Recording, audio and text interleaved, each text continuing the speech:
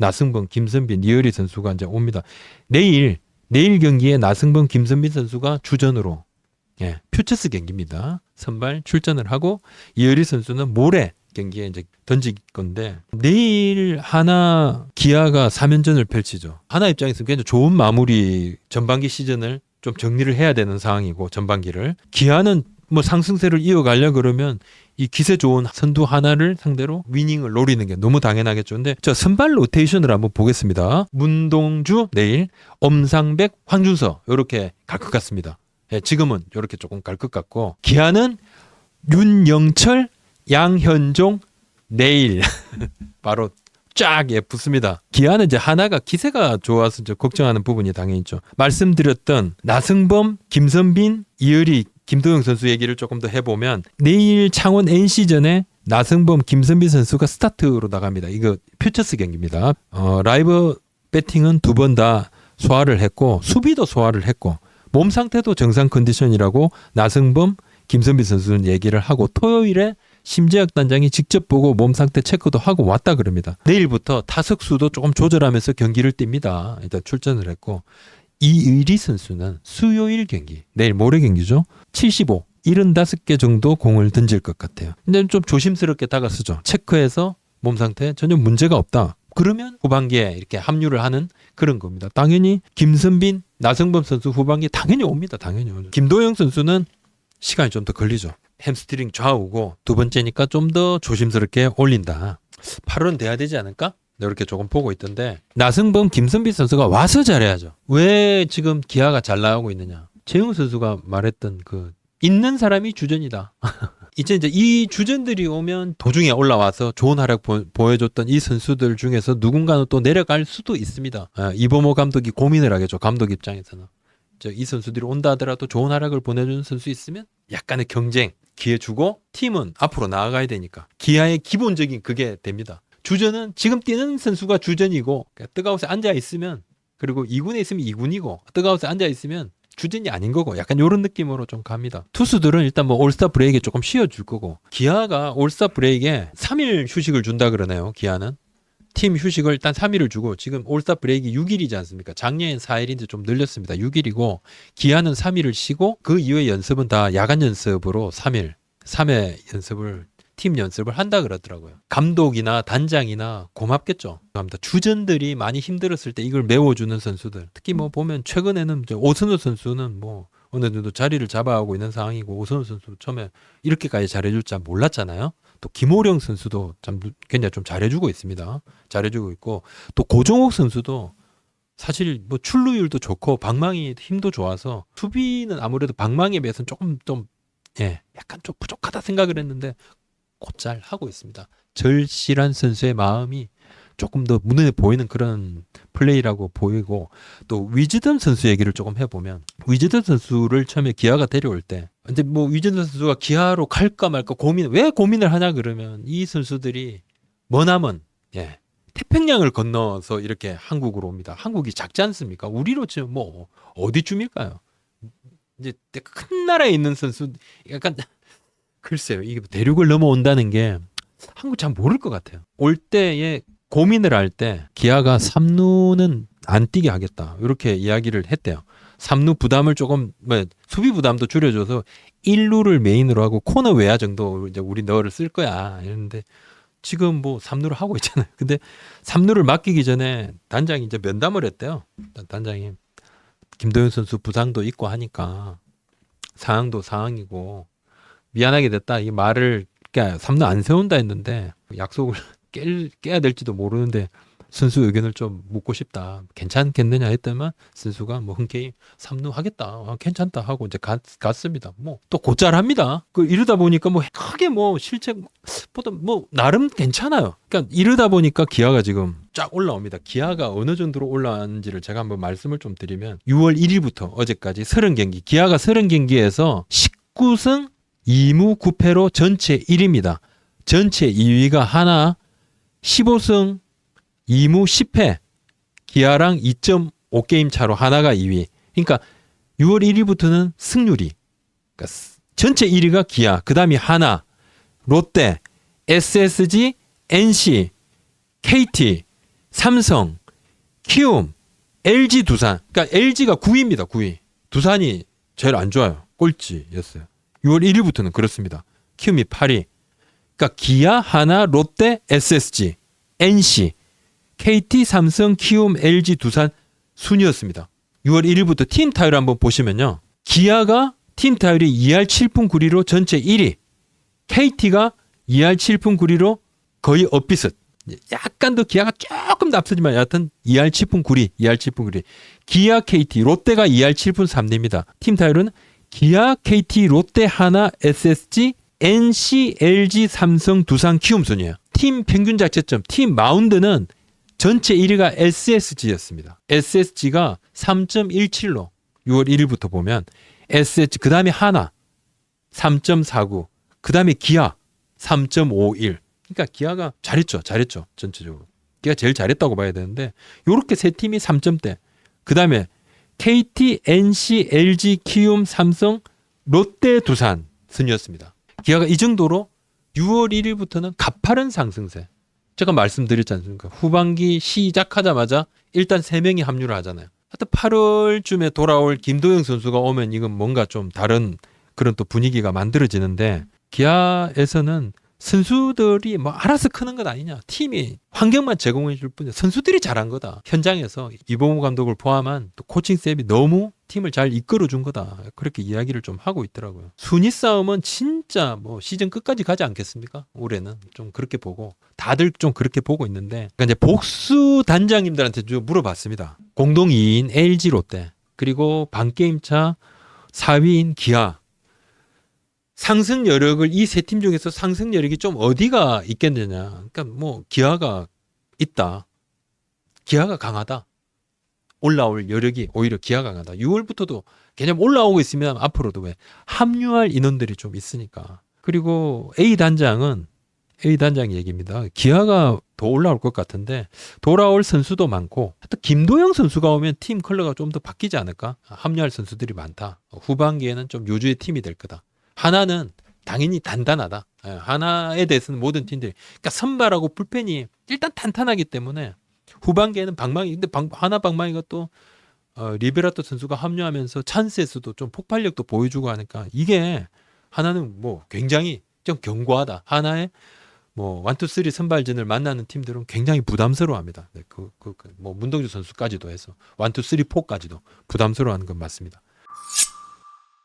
코치 처우가 사실 옛날보다는 많이 좋아지고 있습니다. 연봉이 많다 할 수는 없죠. 노동 강도라는 것은 뭐 해설이라든지 이런 부분보다는 훨씬 더 팀에 매여 있으면서 계속 선수도 훈련시켜야 되고 시즌을 같이 치르니까 고강도입니다. 이종범 코치가 JTBC 최강 야구를 가면서 논란이 됐습니다. 뭐 앞서 저도 콘텐츠로 다뤘죠. 뭐 개인의 선택입니다. 개인 선택이지만 시즌 중에 야구단 쪽으로 체킹을 하지도 않고 이렇게 코치를 빼가려고 했다는 것은 이건 뭐 야구에 대한 존중이 아니죠. 근데 뭐 야구에 대한 존중은 야구계가 아니잖아요. 방송국 특히 JTBC 야구계에 대한 존중은 JTBC 뭐 야구 아니니까 저 우리 몰랐네. 뭐 이렇게 뭐 할 수도 있을 것 같아요. 존중은 아니야. 근데 뭐 그냥 이렇게 하면 되는 거 아니에요? 본인 의사만 중요하니까 말이 안 되지만 하여튼 그치만 방송국은 모를 수 있었다 하더라도 레전드인 이종범 코치가 시즌 중에 이렇게 한 것은 굉장히 아쉬운 부분이죠. 구단하고 이강철 감독이 화난 지점은 사실은 이거 말고 이제 인터뷰가 나왔잖아요. 좀 지나고 난 다음에 JTBC 관계자가 이종범 전 코치가 좀 답답해했다 팀에서 뭐 보직이 조금 좀 바뀌고 후배들과의 뭐 좀 뭐 그렇지 않느냐 후배들하고 내가 뭐 자리 가지고 뭐 좀 뭐 했다 고민했어 이러니까 이강철 감독이 기자들하고 있는 데서도 좀 발끈하고 좀 화가 났는데 코치들 뭐 처우 이야기가 나왔는데 사실 5천만 원부터 시작하는데 지금 5천만 원부터 시작하는 구단은 한두 구단? 다른데 5천만 원부터 시작을 안 합니다. 굉장히 많이 올랐어요. 최근 들어서 많이 올랐습니다.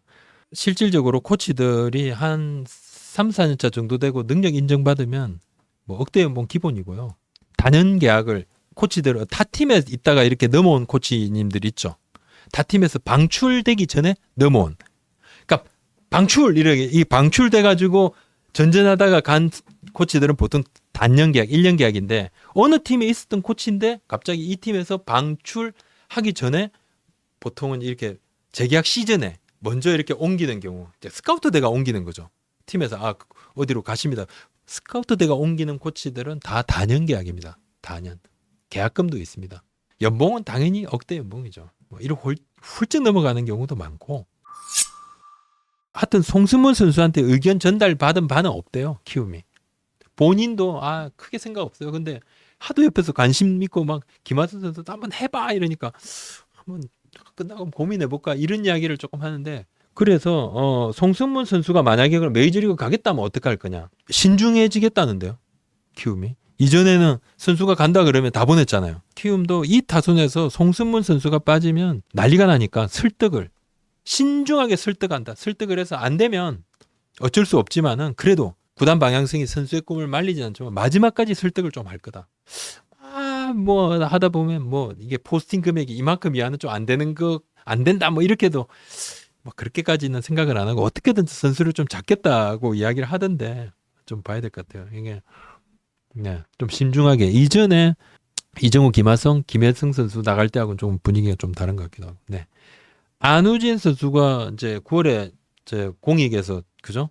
소집 해제입니까? 공익 제대 소집 해제. 네, 이렇게 후반기에 등판은 아니더라도 등록은 시켜줄 수도 있을 것 같아요. 구단에서도 약간 후반기에 등록 시켜줄 수 있다. 1군 등록 일수 이런 것도 있으니까 현장에서 판단하겠지만 그럴 수도 있다는 이야기가 나옵니다. 안우진 선수는 등판할 수도 있겠죠. 예를 들면 뭐 지금 키움이 완전 페이스가 갑자기 급상승 우상향 돼가지고 타이트한 가을 야구를 막 이렇게 한다. 지금 현재로서는 그럴 가능성이 매우 낮죠. 지금 이제 승률이 3할 정도니까 매우 낮는데 만약에 그렇게 한다 그러면 몰라도 뭐 등판은 아니라도 등록은 시켜줄 수 있다.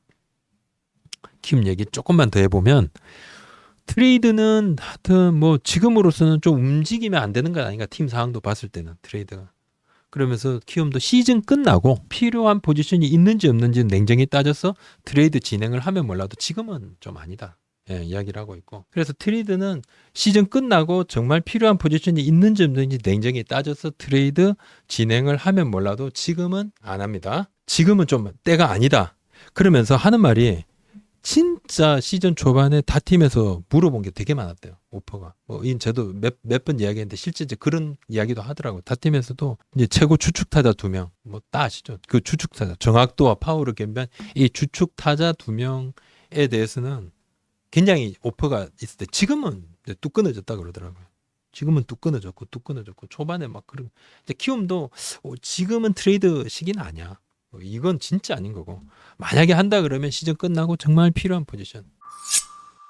비디오 판독 카메라를 7개 구장에는 지금 설치를 마쳤습니다. 다음 주까지 고척하고 잠실하고 하게 되면 9개 구장에 다 깔려 7개 구장에 다 설치를 했습니다. 1루 옆에 바로 직각 그죠? 1개, 3루 1개 이렇게 바로. 작년에는 올해는 시범 운영을 해보고 결과를 보고 1군, 2군에서 시범 운영하고 결과 보고 1군 도입 여부를 결정을 하려고 했어요. 근데 이게 지금 문제가 심각해지고 있네. ABS를 하고 비디오 판독을 하다 보니까 체크 스윙 가지고 뭐 난리가 납니다. 지금 팬들도 그렇고 현장에서도 난리가 나요. 후반기에 한번 시범 운영을 하고 올스타전 때 시범 운영하고 후반기 시범 운영을 하고 가을 야구에 할지 안 할지를 논의를 단장회에서 한번 할 겁니다. 할 건데 1군에서도 실제 운영을 조금 해봐야 되는데 1군은 2군하고 달리 지금 2군은 어떻게 하냐면 옆에 운영실이 있대요. 그 구장에 운영실이 옆에. 그렇고 가서 운영실에서 이렇게 보고 이게 판독 좀 이상하잖아요. 1군은 지금 비디오 판독 하듯이 판독실에서. 그죠? 판독실에 KBO 판독실에서 판독을 하고 헤드셋을 쓰고 뭐 스윙, 노 스윙 뭐 이렇게 판단하겠죠. 그렇게 좀 하는 걸로. 2군에 어떻게 하고 있냐면 2번 기회를 주고 한 번 성공하면 그대로 쭉 이어집니다. 지금 비디오 판독 같은 경우는 뭐 2번 기회가 있고 2번 다 성공해야지 한 번 더 주잖아요. 그렇지 않고 하여튼 요거는 기존 비디오 판독하고는 다르게 기회가 조금 더 있는 거죠. 그죠? 2번 실패할 때까지 2번 기회가 있고 한 번 하고 한 번 실패하면 그러면 한 번 더 주고 한 번 하고 한 번 실패해도 한 번 더 기회가 더 주어지는 걸로. 2번 다 성공하고 이렇게 되는 게 아니고 그죠? 요거는 기회가 한 번 더 있는 거죠. 기존 비디오 판독하고는 좀 다른데 뭐 그런 어떤 세부적인 것도 바뀔 수도 있습니다. 논의를 해서 바꿀 수도 있어요. 지금은 약간 분위기가 조금 더 많이 이렇게 되고 한편은 지금 좀 문제가 심각하다.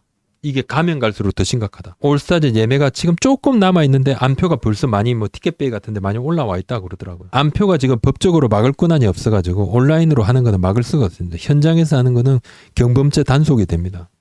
온라인으로 하는 거는 지금 매크로를 돌려가지고 하는 거 이거 말고는 개인이 온라인에서 확보를 해서 티켓을 올려서 파는 거는 이건 뭐 개인의 재산권 행사? 개인의 권리? 이 불법이 아닙니다. 이게 문제인데. 그래서 이거 저 안표를 막으려 그러면 제가 앞서도 영상에서도 말씀을 드렸습니다만 정부나 국회에서 나서줘야 된다. 야구 같은 경우는 공연은 안표가 하도 많으면 뭐 티켓을 추첨제로 하자 뭐 이런 얘기도 잠깐 나왔었는데 야구는 매일 하니까 그게 사실은 도입을 하는 게 참 쉽지는 않겠죠. 근데 그 지금 팬들께서도 구단의 이게 선 예매 이건 좀 없애야 되는 것 아닌가. 이게 충성 팬들을 위한 팬 서비스로 시작을 했거든요. 지금은 좀 다른 것 같아요, 상황이. 연간 회원권을 가진 팬들한테 선 예매권을 주기도 하고 또 선 예매권을 있는 권리를 또 따로 사기도 하는데 이걸 사서 티켓비에 올려서 이득을 취하는 경우 막 들키거나 적발이 되면 회원 권리 뺏겠다는데 적발되는 경우가 나와요, 지금. 근데 다 적발이 안 되는 거지. 근데 이걸 선 예매를 좀 줄여 나가는 부분들 물론 그렇습니다. 지금은 우리가 야구가 너무 초화랑세니까. 근데 야구 또 안 되면 또 같은 고민을 또 하게 될 건가. 이런 이야기도 좀 있습니다만 이 예매는 좀 문제가 심각하더라고요.